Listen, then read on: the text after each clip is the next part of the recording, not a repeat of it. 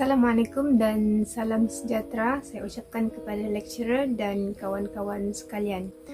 Nama saya Nur Arniwati binti Anwar, nombor matriks BF2110138. Saya akan membincangkan tentang pokok yang bernama pokok kekabu.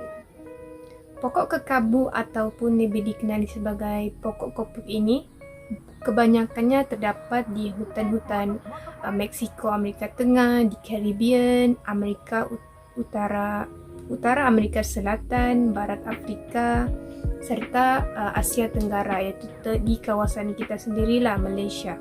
Pokok kekabu ini atau pokok kopuk ini mempunyai nama botani. Nama botaninya adalah Ceiba pentandra.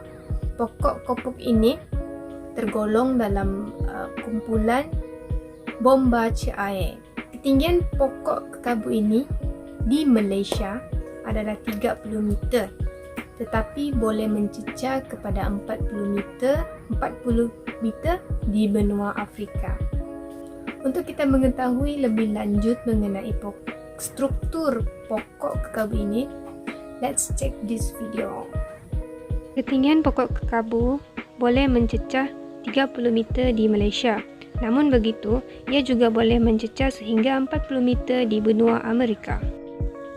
Pokok kekabu merupakan salah satu pokok yang unik kerana mempunyai batang pohon yang berwarna kelabu serta mempunyai duri pada peringkat awal pertumbuhan.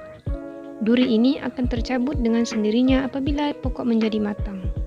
Daun pokok kekabu tersusun secara bertingkat pada sudut mendatar, manakala dahan pokok kekabu tersusun juga secara mendatar.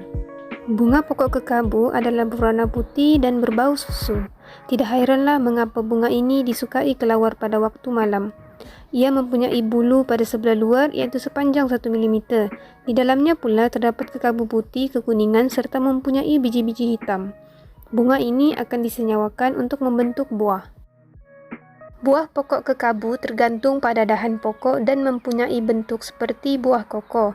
Warna buah ini ketika muda adalah hijau, manakala pada peringkat matang ia bertukar kepada coklat. Panjang buah kekabu ini adalah sekitar 10 hingga 30 cm panjang. Apabila matang atau mencapai tempoh, buah kekabu akan pecah kepada 5 bahagian dari hujung hingga ke pangkal buah. Ia akan membebaskan biji benih yang diselaputi dengan kekabu. Buah kekabu mengandungi isi kapas putih cerah dan mempunyai biji kekabu hitam berbentuk bulat kecil. Menurut kajian saintis, setiap buah kekabu mengandungi 120 hingga 175 biji benih. Kapas yang dihasilkan daripada buah kekabu merupakan komponen terpenting hasil daripada pokok kekabu. So, kita akan beralih kepada topik seterusnya, iaitu kegunaan pokok kekabu.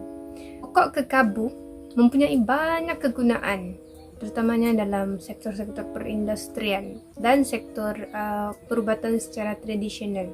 Dalam sektor perindustrian, seperti yang kita tahu, batang pokok kekabu ini adalah nilai ekonominya tidak sesuai dijadikan sebagai kayu-kayu yang keras kerana struktur pokok kekabu ini lembut dan nilai ekonominya tidak sama dengan nilai kayu balang. Disebabkan itulah batang pokok kekabu ini sangat-sangat sesuai dijadikan bahan bakar seperti kayu arang dan kayu mancis. Pokok kekabu ini juga boleh dijadikan sebagai minyak masak, iaitu biji buah kekabu. Biji buah kekabu ini mempunyai protein serta kandungan minyak 25 hingga 28% dalam setiap buah kekabu. Daripada menjadi minyak masak serta menjadi bahan bakar, buah kekabu ini juga sangat-sangat terkenal dengan isinya yang dijadikan sebagai bantal ataupun cushion dan jaket keselamatan. Dan kegunaan lain dalam bidang perindustrian ini adalah gam dan menjadi pewarna merah pada kain. Seterusnya adalah kegunaan pokok kekabu dalam bidang-bidang perubatan secara tradisional. Pertama sekali, kegunaan pokok kekabu ini sangat banyak dalam perubatan, antaranya ialah menjadi ubat batuk. Ia juga dapat menjadi ubat untuk bengkak pada kaki. Ia juga dapat meredakan demam panas, merangsang muntah, serta menambah tenaga batin. Akhir sekali adalah kegunaan pokok kekabu dalam produk-produk kecantikan. Hampas biji buah kekabu ini mempunyai protein, kandungan protein. Disebabkan itulah amat sesuai hampas biji kekabu ini digunakan sebagai sabun, dijadikan sebagai bahan-bahan dalam pembuatan sabun. Itu saja daripada saya, sedikit fakta menarik mengenai pokok kekabu ini.